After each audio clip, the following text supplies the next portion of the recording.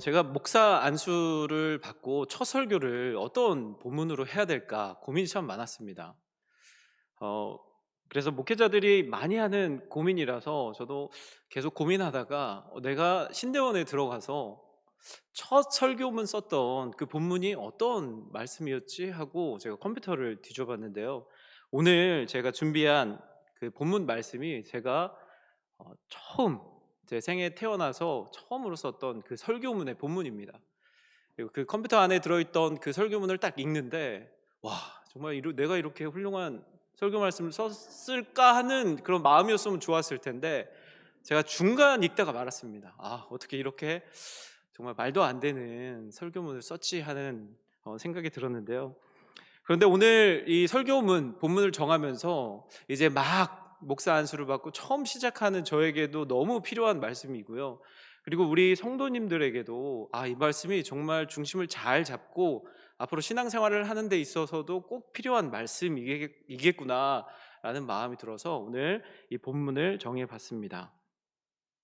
그리고 이제 제가 작년 이맘때 강도사 인허를 받고 이 자리에 처음 서서 정말 많이 떨면서 설교를 전했는데 그때 본문도 교회에 대한 설교였습니다. 그리고 오늘 전할 말씀도 에베소 교회에 대한 설교이고요. 내년 이맘때쯤 한번 3회 이제 교회에 대한 세 번째 설교를 할 수 있는 기회가 있었으면 좋겠습니다. 아시는 분들은 아시겠지만 저는 그 와우 CCM이라는 기독교 인터넷 방송국을 운영하고 있습니다. 내년이면 20년째 이 사역을 하고 있는데요. 이 미디어 사역을 하다 보니까 아무래도 요즘 방송 그 트렌드가 어떻게 돌아가고 있는지에 대한 관심이 참 많습니다. 요즘 보면 이 솔루션 제공하는 그런 프로그램들이 굉장히 많이 사랑을 받고 있더라고요. 특히 이제 오은영 박사라고 들어보셨을 텐데 이 오은영 박사의 프로그램은 이제 아이들을 양육하는 그런 부모님들을 위한 프로그램이죠. 그래서 오은영 박사는 굉장히 그 안에서 맹활약을 하고 있습니다. 생각해 보니까 이름에 오은이 들어가 있는 여성분께서 굉장히 큰 활약을 하시는 것 같아요. 이게 '왜 웃나?' 이렇게 생각하시는 분들도 계실 텐데 저희 아내가 이제 찬양 사역하는 오은입니다. 네.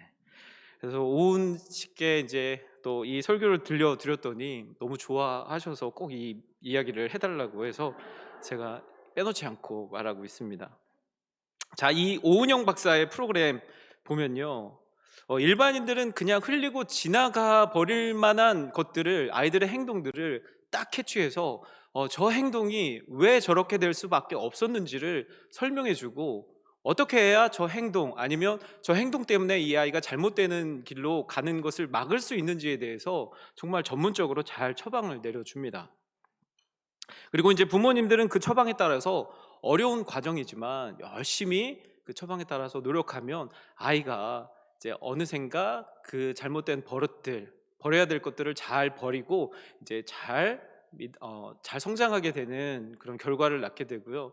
또 그렇지 않고 그 오은영 박사의 그런 솔루션을 포기해 버리거나 아니면 잘 듣지 않는다면 아이는 더 안 좋아지거나 아니면 그대로 성장해 버리는 안타까운 결과를 낳게 됩니다. 자, 오늘 우리가 함께 읽은 에베소 교회에 보낸 말씀도요. 어찌 보면 예수님께서 이 에베소 교회에 맞춤 솔루션을 제공해 주고 있는 그런 말씀이 아닌가 합니다. 물론 칭찬의 내용으로 이 말씀이 시작되지만 결론적으로 이 말씀의 핵심 포인트는 에베소 교회가 가진 문제점들을 고쳐주기 위한 그런 하나님의 말씀입니다. 특별히 오늘 본문은 에베소 교회에 보낸 말씀이라고 했죠. 우리가 이 말씀을 접할 때에는 우리가 그리고 우리 교회에 보낸 편지로 인식했으면 좋겠습니다. 그리고 솔루션 대상자로서 이 말씀을 불편한 마음이 아니라 내 현재 상황을 되돌아보고 또 하나님이 원하시는 모습으로 변화되는 기회로 만들어갈 수 있는 이 시간이 되었으면 좋겠습니다. 자, 우리가 오늘 함께 읽은 말씀 사도 요한이 에베소 교회에 보낸 편지입니다. 요한계시록 2장과 3장을 보면 사도 요한은 에베소 교회뿐만 아니라 서머나 교회, 버가목 교회 등 여러 교회들에게 이 말씀을 보냅니다. 이 교회들이 각각 현재의 상태를 말해주고 있고요. 그리고 온전히 다시 회복될 수 있는 방법 또한 말해주고 있습니다. 그런데 우리가 먼저 알아야 될 것은 사도 요한의 이 편지가 어떤 과정을 통해서 이 에베소 교회에 보내졌냐입니다. 요한계시록 1장을 보면 명확하게 안내가 되어 있는데요. 성령의 감동과 예수 그리스도의 명령으로 쓰여졌다는 사실을 알 수 있습니다. 단순히 사도 요한의 개인적인 경험이나 생각이 담겨 있는 편지가 아니라 성령께서 사도 요한을 통해서 이 편지를 쓰게 하셨고, 이 편지가 에베소 교회까지 갈 수 있었던 것입니다. 그렇다면 우리가 함께 나눌 이 편지를 받은 에베소 교회, 어떤 교회였는지 우리가 살펴볼 필요가 있겠죠. 본문 2절과 3절을 통해 에베소 교회가 어떤 교회인지 확인할 수 있습니다. 제가 2절과 3절을 한번 읽어보겠습니다.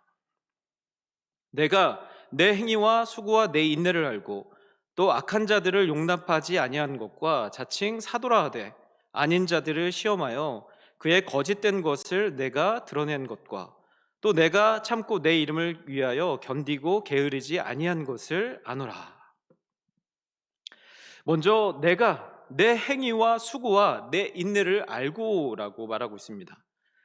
이 말은 헬라어 원문으로 보면요, 내가 너의 행위, 너의 수고와 너의 인내를 안다라고 되어 있습니다. 쉽게 말하면 내가 너의 행위를 안다. 너가 한 일은 수고하는 것과 인내하는 거다라는 말입니다. 구체적으로 풀어보자면 에베소 교회가 잘한 일은 악한 자들을 용납하지 않는 것, 그리고 자칭 사도라고 하는데 거짓된 사도들을 시험해서 그 거짓을 드러내는 것입니다. 이 당시 에베소 지역은 영적으로나 종교적으로나 도덕적으로나 매우 타락한 도시였음을 알 수 있습니다. 교회적으로도 많은 어려움을 겪고 있었는데요. 특히 이단 사상이 내부에서 또 외부에서 발생해서 들어오곤 했습니다. 자신을 사도라고 하면서 거짓된 말씀을 전하는 자들도 너무 많았습니다. 에베소는 이렇게 여러 모양으로 혼란한 도시였고 죄악이 만연한 그런 도시였습니다. 그런 혼란한 상황에서도 에베소 교회는 어떻게 했다고 했죠? 진리를 수호하는 그런 교회였습니다. 분별력 있게 옳고 그름을 잘 판단하는 그런 교회였습니다. 자, 칭찬은 여기서 끝나지 않았습니다. 이어지는 3절을 보면 에베소 교회는 주님의 이름을 위하여 잘 견디고 있고 또 게으르지 않는 교회였음을 알 수 있습니다. 당시 황제 숭배 강요에도 또 로마의 탄압에도 굳건하게 중심을 잘 지키면서 인내하면서 신앙생활을 하는 그런 교회가 에베소 교회였습니다.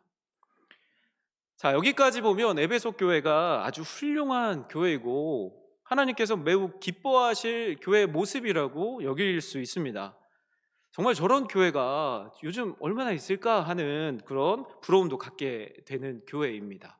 2절과 3절 말씀만 보면 말이죠. 자, 하지만 여기서 이제 끝났으면 좋았을 텐데 본격적으로 에베소 교회의 문제점을 이제 이야기하십니다.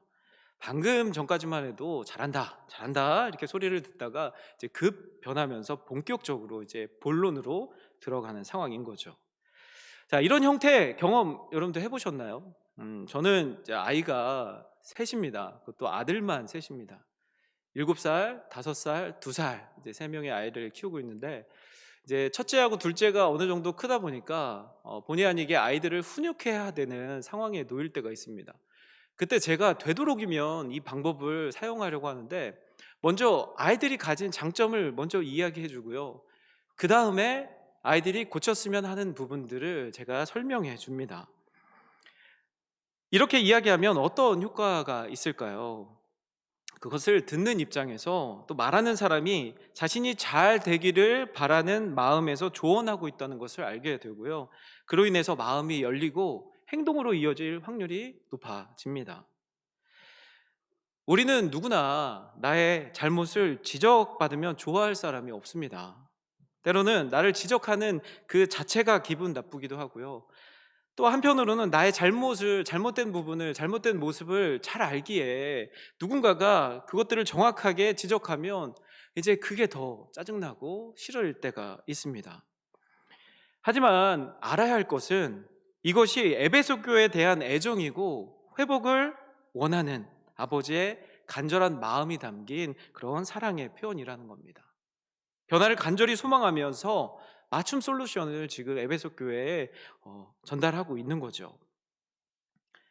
자, 그렇다면 이제 본격적으로 에베소 교회가 가진 문제점들을 한번 살펴보기를 원합니다. 앞에서 보았듯이 에베소 교회는 평균 이상을 넘어서는 그런 괜찮은 교회로 평가받고 있습니다. 하지만 무언가 결정적인 한 방이 없거나 부족해 보입니다.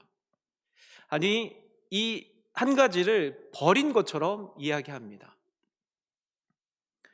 사절을 통해서 이 한 가지를 우리는 확인할 수 있는데요. 에베소 교회가 책망받는 한 가지, 바로 처음 사랑을 버린 것입니다. 이 버렸다는 것은 원래 가지고 있었는데 그것들을 어딘가에 떨어뜨렸거나 버렸다는 그런 의미이죠. 뛰어난 분별력도 가지고 있고 또 인내하는 마음도 가지고 있지만 결정적인 한 방, 이 사랑이 없다는 겁니다. 그렇다면 여기서 말하는 이 처음 사랑은 누구에 대한 이야기일까요? 누구에 대한 사랑을 이야기하는 걸까요?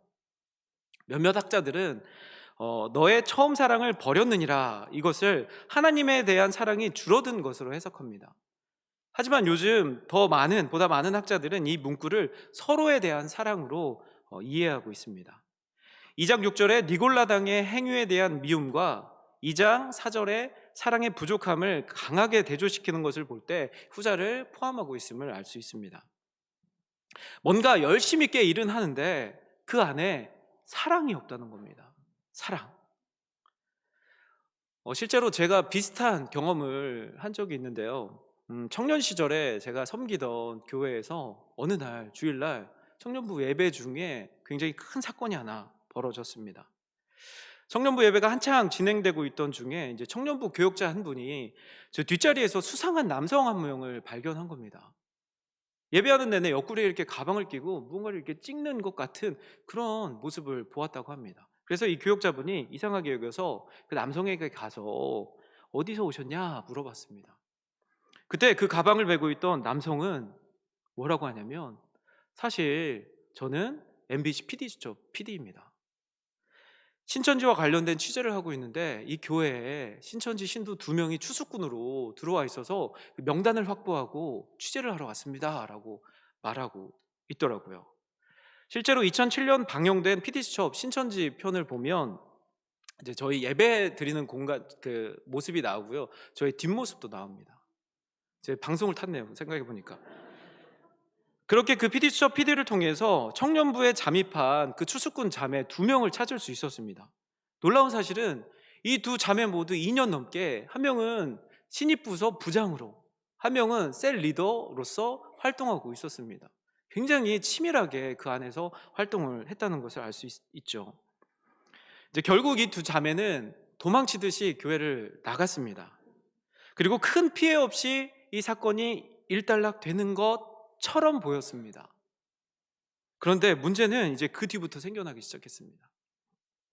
어느 순간부터 교회에 새신자가 등록을 하고 그 새신자가 조금이라도 열심히 교회 일을 하면 사람들이 저 신천지 아니야? 신천지 아니야? 이렇게 바라보기 시작하는 겁니다. 그러다가 일이 터졌습니다. 어디서 시작했는지 알 수 없지만 청년부 활동을 열심히 하던 한 자매가, 누군가가 신천지로 이 자매를 소문을 퍼뜨린 거죠.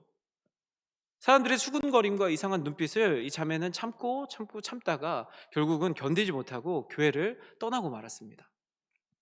지금도 제가 가끔 이 자매랑 연락하는데 이 자매는 신천지가 아닙니다. 누군가가 누명을 씌운 거죠. 지금 에베소 교회가 이와 비슷한 상황에 놓여 있는 것 같습니다. 진리 문제로는 악한 것들을 다 도려내고 잡았지만 그 시간 동안에 사랑을 잃어버렸습니다. 저는 오늘 이 본문을 읽으면서 하나님께서 한국 교회에 말씀하고 계신 것처럼 느꼈습니다. 너희들 여러 모양으로 참 잘하고 있어. 스웨덴 자들 잘 돌보고 선교도 열심히 하고 있고 예배도 잘 드리고 있어. 그런데 말이야, 그 안에 담겨져야 될 사랑이 혹시 사라지진 않았니? 라고 말씀하는 것처럼 들렸습니다. 자신의 문제를 자신이 찾아내는 건 결코 쉬운 일이 아닙니다. 자신의 아이가 그리고 자신의 가정의 문제도 그 본인들이 찾아내는 거 쉽지 않습니다. 그래서 사람들은 앞에서 언급한 오은영 박사를 찾아가는 거죠. 그 문제들을 전문적으로 공부하고 수많은 경험을 통해서 그것들을 전문적으로 지식을 가지고 있는 전문가에게 찾아가서 그 문제를 알려달라고 하는 겁니다. 우리 개인의 문제, 교회들의 문제, 나라의 문제, 이 또한 우리를 만드시고 교회를 세우신 하나님께 나아가야 우리가 가진 문제들을 찾아낼 수 있습니다. 하나님께서는 우리에게 이 말씀을 주셨습니다. 우리는 그 말씀을 통해서 지금 현재 나의 모습을 바라볼 수 있습니다. 다른 것이 아니라 말씀을 통해서 내가 지금 현재 어떤 모습으로 서 있는지, 내가 지금 바른 믿음 생활을 하고 있는지 이 말씀을 통해서만 우리가 분별하고 구별할 수 있단 말입니다. 그래서 우리가 말씀을 가까이 해야 하는 이유가 바로 거기에 있습니다. 이렇게 문제를 바르게 찾아내는 과정은 굉장히 중요합니다. 이 첫 단추가 제대로 끼워지지 않으면 오히려 더 많은 피해를 만들어낼 수 있기 때문이죠. 그런 의미에서 우리의 생각을, 우리의 지식을 너무 믿지 않았으면 좋겠습니다. 아무리 똑똑하고 지혜로운 사람일지라도 하나님보다 더 정확하게 문제를 찾아낼 수 없습니다. 그래서 개인의 문제도 그렇고요. 가정의 문제도, 교회의 문제도, 관계의 문제도 그렇고 제대로 알고 싶다면 하나님의 말씀 앞으로 가야 합니다. 우리가 보는 이 성경 말씀은 당시 사람들에게 또 에베소 사람들에게만 허용된 말씀이 아니고요. 지금 이 시대를 살아가고 있는 우리에게도 동일하게 주어진 말씀입니다. 자, 그렇다면 이렇게 말씀을 통해서 문제를 찾았다 했을 때 이제 우리는 어떻게 이 문제를 해결할 수 있을까요? 감사하게도 역시 이 말씀을 통해서 그 문제 해결을 찾을 수 있습니다. 오늘 본문 5절을 통해서 방법을 알 수 있는데요. 제가 또 역시 5절 읽어보겠습니다. 그러므로 어디서 떨어졌는지를 생각하고 회개하여 처음 행위를 가지라. 만일 그리하지 아니하고 회개하지 아니하면 내가 내게 가서 내 촛대를 그 자리에서 옮기리라. 어디서 떨어졌는지를 생각하라고 하십니다. 이 말씀은 어떤 의미를 가지고 있을까요? 세번역 성경을 보면 조금 더 강조되어 이 말씀이 표현되어 있는데, 그러므로 내가 어디서 떨어졌는지를 생각해내서 회개하고, 이것은 사절에 처음 사랑을 잃어버린에 이어서 이제 버린 사랑을 어디에 떨어져 있는지를 생각하라는 말씀입니다. 찾으라는 거죠. 이 사랑이라는 게 얼마나 중요하면 끝까지 생각해내서 그것을 찾으라고 하십니다. 에베소 교회는 이단들과 거짓 사들들과 진리의 문제로 치열하게 싸우다 보니까 사랑을 잃어버렸습니다. 그러다 보니까 하나님께서 주신 진리로 상대방을 이제 죽이고 있는 거죠. 진리의 검이 이제 수술칼처럼 사람들을 회복시키는데, 살리는데 사용해야 되는데 그걸로 사람을 죽이는데 사용해 버린 겁니다. 우리의 삶에서도요, 교회에서도 그런 경우들이 생겨납니다. 누군가의 말이나 행동이나 어떤 모습 때문에 불편하거나 상처받는 그런 상황들 많이 생겨나죠. 아마 다들 경험해 보셨을 겁니다. 사람이 모인 곳에는 무조건 그런 일들이 있을 수밖에 없습니다. 인간의 죄로 인해서 우리는 깨진 그런 상황에서 살고 있기 때문에 당연한, 어찌 보면 결과입니다. 저도 살면서 수없이 그런 일들을 경험해 봤는데요. 불편합니다. 이게 잘 안 됩니다. 힘듭니다. 하지만 하나님께서는 이 진리의 검으로 그것을 치료하길 원하십니다. 제가 몇 주 전에 저희 고등부 예배 때 아이들에게 영화 오두막이라는 영화로 영화 설교를 한 적이 있습니다. 이 영화를 보면요, 이제 주인공 맥이라는 주인공이 나옵니다. 맥은 어려서부터 안타깝게도 아버지에게 심하게 학대를 당하면서 성장합니다. 다행히 이제 성인이 되고 가정을 이루고 조금 괜찮아 보이는 것처럼 살아갔습니다. 근데 가끔씩 그 어릴 적 아버지에게 당했던 그 학대 때문에 그 트라우마가 불쑥불쑥 그를 찾아옵니다. 그러던 어느 날 이 맥이 자녀들과 함께 간 캠핑에서 그만 막내딸이 유괴범에 의해서 살해되고 맙니다. 그 사건으로 한없이 이제 나락으로 빠져들고 있는 주인공 맥에게 이제 한 통의 편지가 도착해요. 이 편지를 보낸 이는 파파, 이 맥의 아내가 하나님을 부르는 애칭이었습니다. 그리고 그 편지의 내용은 딸 아이가 살해된 그 오두막으로 초대한다는 내용이었습니다. 어찌 보면 굉장히 끔찍한 편지죠. 자신의 딸이 살해된 그곳으로 초대한다라는 편지 내용이니까. 이 맥은 망설임 끝에 그곳으로 찾아갑니다. 그리고 그 오두막에서 인간의 모습으로 계신 성부, 성자, 성령 하나님을 만납니다. 물론 이제 여기서부터 이 만남의 순간부터는 꿈입니다. 꿈. 교통사고를 당하고 병원에 누워 있는 상태에서 이제 꿈을 꾼 거죠.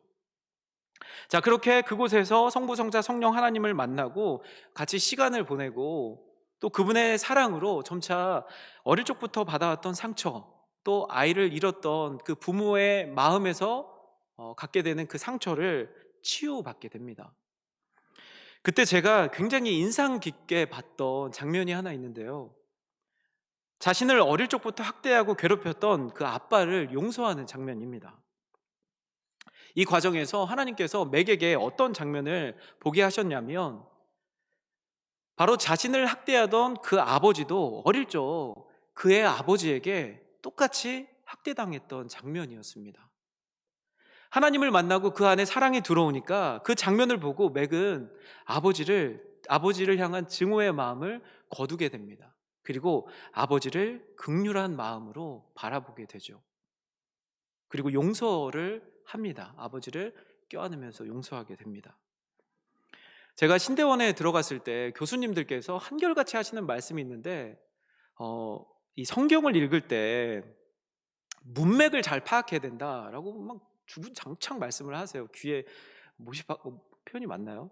정말 여러 번, 한두 번 들은 것이 아니라 졸업할 때까지 그 이야기를 들었던 것 같습니다.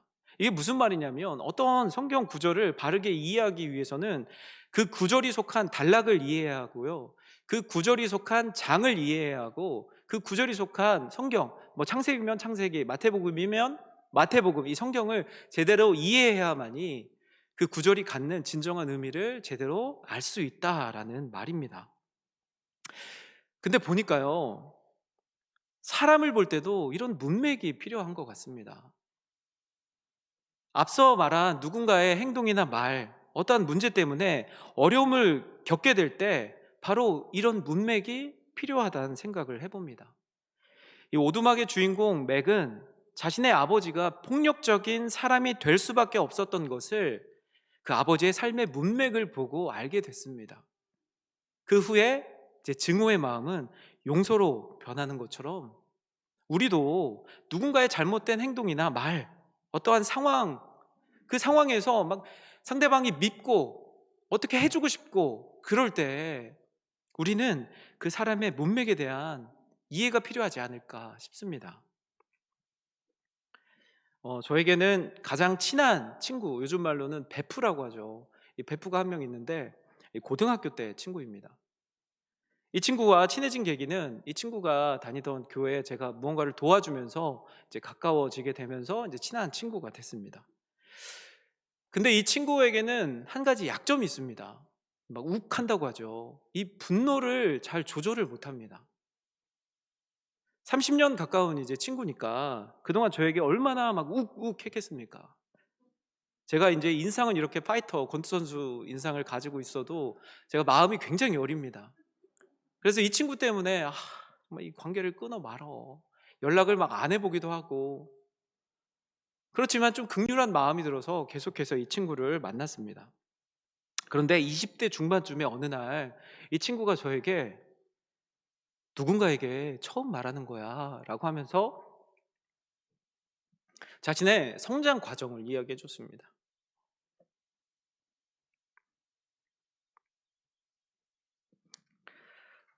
실제로 제가 그때 그 친구의 이야기를 들으면서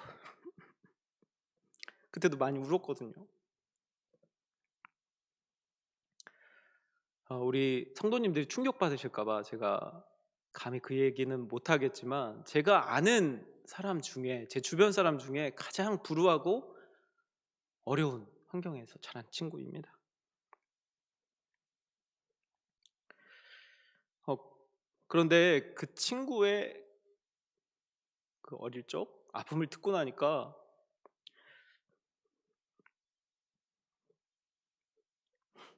그 친구가 욱하는, 그게 이해가 되더라고요, 조금씩.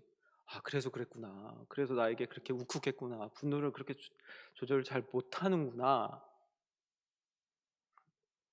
그렇게 알게 됐습니다. 그리고 그 뒤부터는 이 친구가 한 번씩 욱욱할 때마다 저는 잠시 멈춥니다.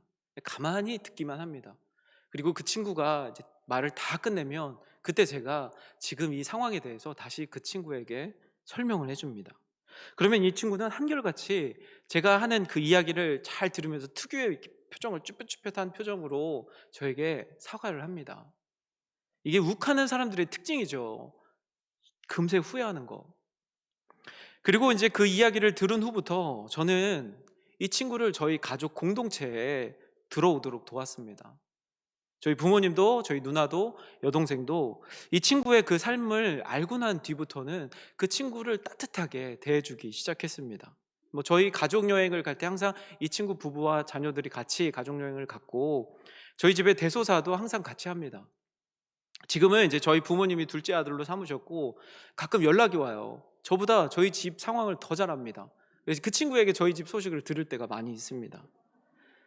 그리고 저희 집 거실에 보면 이 친구 가족이 포함된 이제 가족 사진이 딱 걸려 있을 정도로 이제는 이 친구는 저희 가족이나 다름없는 그런 아름다운 그런 모습으로 바뀌어 가고 있습니다. 이 친구는 지금 이제 제가 중간에 이 친구가 20대 때부터 신앙생활을 하지 않았어요. 그래서 제가 기도를 많이 했습니다, 이 친구 때문에. 막 방황을 하길래 다시 교회로 돌아오기를 많이 기도했는데, 감사하게도 이제 저희 부모님 그리고 저의 권유를 잘 듣고 한 10년 전쯤부터 저희 고향 교회, 제가 다니던 그 교회에 다시 출석을 하기 시작했습니다. 그리고 지금은 이제 집사 직분도 받았고요. 그리고 성가대도 하고 교회 차량 운행 봉사도 합니다. 토요일마다 교회 청소도 합니다. 그리고 그 믿지 않는 자매와 결혼을 했었는데, 그 믿지 않던 자매도 이 친구를 따라서 교회에 나오기 시작하더니 지금은 모든 교인이 인정할 정도로 섬김에 앞장서고 예배에 앞장서는 그런 집사가 되었습니다. 이제 제가 지난주에 이 친구가 '아 진짜 변했구나.'라고 또 느낀 게 하나 있는데, 지난 월요일에 이제 제가 목사 안수를 이제 받게 되니까 이 친구가 저에게 뭐라도 막 해 주고 싶었나 봐요. 그래서 저희 누나, 저희 여동생을 이렇게 카톡방으로 불러서 방을 하나 만든 다음에 대리에게 뭘 해 주면 좋을까요? 막 계속 상의를 했다고 합니다. 이제 그 모습에 저희 누나가 이 친구가 대견해서 "대리를 이렇게 챙기는 친구가 어딨니?"라고 말했더니 이 친구가 하는 말이 "누나, 내가 대리를 사랑하는 만큼 누나도 동생도 사랑해."라고 말했다고 합니다. 저희 누나가 그 이야기를 듣고 막 울컥해 가지고 저에게 연락을 줬습니다. 이 친구의 지나온 삶의 과정을 잘 아는 누나였기에 이 친구 입에서 "사랑해."라는 말이 나온 게 눈물이 날 정도로 감격스러운 그런 모습이었던 거죠. 이전에 이 친구의 모습을 안다면 이것은 거의 기적에 가까운 그런 결과입니다. 사랑은 분명 사람을 변화시킵니다. 조금 느리고 어렵고 힘들지라도 분명 변화가 됩니다. 남편도 아내도 자녀도 또 형제 자매도 분명 사랑으로 바꿀 수 있습니다. "아유 살아보니까 사람 안 변해."라고 말씀들 하시죠. 하지만 유일하게 이 사랑, 특별히 하나님의 사랑은 사람을 변화시킵니다. 가끔 손해 보는 것 같고 해도 안 될 것 같은 마음이 들지라도 사랑을 놓아서는 안 됩니다. 예수님께서는요, 십자가에 달려 돌아가시는 그 순간까지도 "아버지, 저들의 죄를 용서하여 주옵소서" 라고 말씀하실 정도로 사랑을 끝까지 놓지 않으셨습니다. 지금 혹시 내 안에 사랑이 없다면 다시 그 사랑을 찾아 나섰으면 좋겠습니다.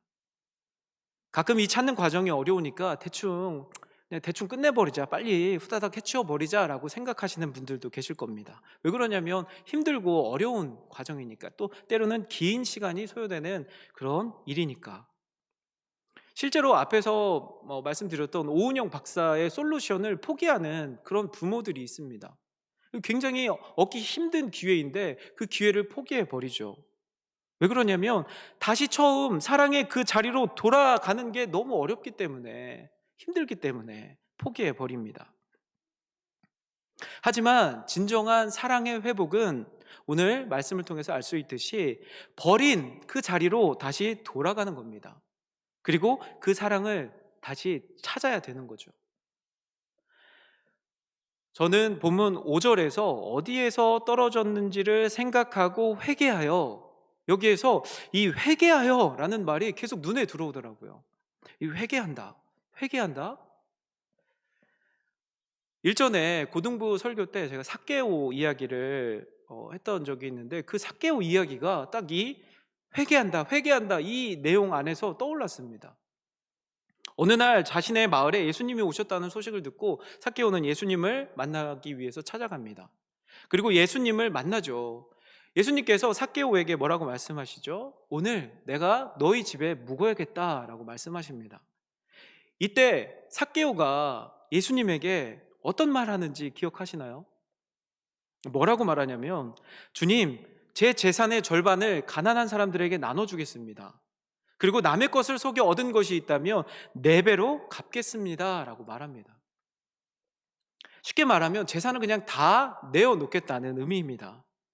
이 말은 동족들 앞에 죄를 회개하고 사랑을 떨어뜨린 그 자리로 다시 돌아가겠다라는 결단입니다. 삭개오는 말이 아닌 행동으로 보여줬습니다. 어디서 떨어졌는지를 생각하고 회개하라. 여기서 이 회개하라는, 하나님 떨어뜨려서 죄송해요, 이게 아니고요. 가서 그 떨어진 것을 줍는 겁니다. 그게 진정한 회개인 거죠. 가끔 믿지 않는 분들 중에서, 아니면 믿음이 좀 약해지신 분들 중에서 내가 옛날에 말이야 교회에서 이렇게 이렇게 이렇게 했어 라고 쫙 자신의 옛날 삶을 펼쳐놓는 분들이 계신데, 이런 거 아무 소용없다는 겁니다. 다시 그 자리로 돌아가야 합니다. 그렇지 않고는 아무 소용없습니다. 단추가 잘못 끼워졌다면 그 잘못 끼워진 그 단추 자리로 다시 돌아가서 잘못 끼워진 그 자리에서부터 차근차근 단추를 끼워야 합니다. 또 어디서부터 잘못되었는지를 찾고 바로 고치는 것이 똑같은 죄를 범하지 않는 가장 좋은 방법이기도 합니다. 무엇이 잘못됐는지 알았다면 이제 회개해야 합니다. 다시 돌아가야 합니다. 그 자리로. 이것이 다음 단계로 가기 위해서 우리가 꼭 거쳐야 될 과정입니다. 하나님께서는 말씀하십니다. 이기는 자에게 내가 낙원에 있는 생명나무의 열매를 먹게 하겠다.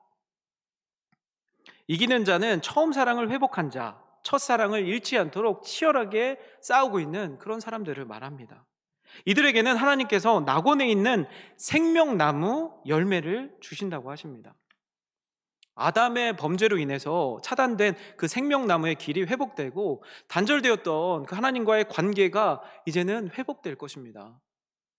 하나님의 말씀을 깨닫고 회개하고 지키는 자에게는 승리의 자녀로서의 삶을 살게 하시고 낙원의 생명나무 열매를 주어 먹게 하신다고 약속하셨습니다. 사랑하는 우리 충신의 성도 여러분, 우리는 매일 반복되는 일상을 살고 있습니다. 그렇기 때문에 자주 그 본질을 잊은 채 헛된 것을 구하고 헛된 것을 찾으면서 살 때가 많이 있습니다. 저도 그렇습니다. 에베소 교회가 바로 그러했습니다. 가장 중요한 사랑은 잊어버린 채 형식적으로 신앙생활하고 오히려 주신 그 능력이 칼이 돼서 사람들의 상처를 입히는 데 사용됐습니다. 우리는 어떤가요? 에베소 교회보다 나은 삶을 살고 있나요? 오늘도 사랑 없이 예배하고 사랑 없이 교제하고 사랑 없이 봉사하고 있진 않는지 이 시간 우리 함께 돌아와 봤으면 좋겠습니다. 내가 사람의 방언과 천사의 말을 한다 할지라도 사랑이 없으면 아무것도 아니다 라고 말씀하셨습니다. 나를 힘들게 하는 누군가가 있으신가요? 뭔가 해 보려고 노력했는데 잘 안 되시나요? 그렇다면 우리 오늘 말씀에 따라서 첫사랑을 잃어버린 그곳으로 우리 돌아갔으면 좋겠습니다. 그 과정이 조금 멀고 힘들고 어려울지라도 포기하지 말고 멈추지 말고 그 첫사랑을 찾아서 나섰으면 좋겠습니다. 오늘도 나와 그리고 공동체에게 "귀 있는 누구야? 내 말 들어." 라고 외치면서 이야기하고 계신 주님의 음성을 듣고 그 음성에 응답하여서 날마다 날마다 우리가 첫사랑을 회복하는 우리 충신의 성도님들 되었으면 좋겠습니다. 자, 이제 목사로서 첫 발을 디뎠습니다. 저도 이 말씀을 준비하면서 그래, 항상 이 첫사랑 잘 간직하고 혹시라도 내가 사역을 하면서 이 첫사랑을 잃었다 생각할 때는 그때 잘 그것들을 자각하고 다시 하나님 말씀에 따라서 돌아가야 되겠다라는 결단을 하면서 이 말씀을 준비했습니다. 제가 그렇게 방금 말한 대로 살아갈 수 있도록 저를 위해서 많이 기도해 주시고, 저도 우리 성도님들이 늘 첫사랑을 잘 간직하고 하나님 앞에 예배하고 또 하나님 말씀대로 순종하는 삶을 살아갈 수 있도록 저도 열심히 말씀 준비하고 우리 성도님들을 위해서 기도하는 그런 목회자가 되도록 하겠습니다. 같이 기도하겠습니다. 사랑의 하나님, 감사합니다. 오늘 첫사랑을 찾습니다 라는 제목으로 목사 안수를 받고 첫 번째 설교를 또 이 중심교회 강대상 위에서 전했습니다. 첫사랑, 사랑, 하나님께서 너무 중요하게 생각하셔서 찾고 찾고 찾고 찾아서 다시 그것들을 마음속에 담아라 라고 말씀하셨습니다. 우리 신앙생활을 하다 보면 때로는 그 사랑을 잃어버리고 나의 생각으로 또 나의 지식으로 판단하고 내 마음대로 길을 걸어갈 때 있습니다. 그때마다 주님 깨닫게 하여 주시옵소서. 이 길이 하나님께서 원하시는 길이 아니라 내가 원하는 길이다라고 깨닫고 그 깨달은 바대로 다시 돌아서 하나님의 길로 나아갈 수 있는 우리 충신의 성도님들 될 수 있게 도와주시옵소서. 감사드리며 예수님의 이름으로 기도합니다. 아멘.